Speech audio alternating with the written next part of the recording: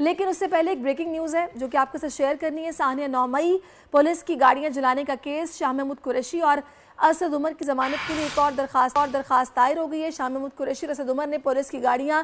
جلانے کے الزام میں عبوری ضمانت دائر کی۔ گلبرگ پولیس نے 11 مئی کو پولیس کی گاڑیاں جلوانے کا الزام لگوایا ہے اور موقف ہے کہ جو الزام لگا ہے اس پر کہ مقدمے میں لگایا گیا الزام بے بنیاد اور جھوٹا ہے۔ منیر باجوہ ہمارے ساتھ ہیں، ان سے بات کرتے ہیں۔ منیر، ڈیٹیلز دیجیے گا۔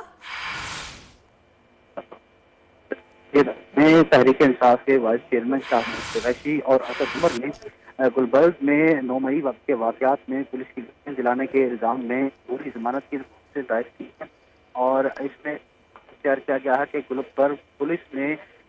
9 مئی کے واقعات میں پولیس کی گاڑی چلانے کے الزام میں بھی نامزد کر دیا ہے اور یہ مقدمہ بالکل بے بنیاد ہے، لیکن وہ اس مقدمہ میں شامل تفتیش ہونا چاہتے ہیں لیکن گرفتاری کا خدشہ ہے، لہذا ان دونوں تحریک انصاف کے رہنماؤں کی عبوری ضمانت منظور کی جائے اور اس درخواست کے حتمی فیصلے تک انہیں گرفتار نہ کرنے کا حکم دیا جائے بلکہ چالان جمع کروانے تک بھی ان کی عبوری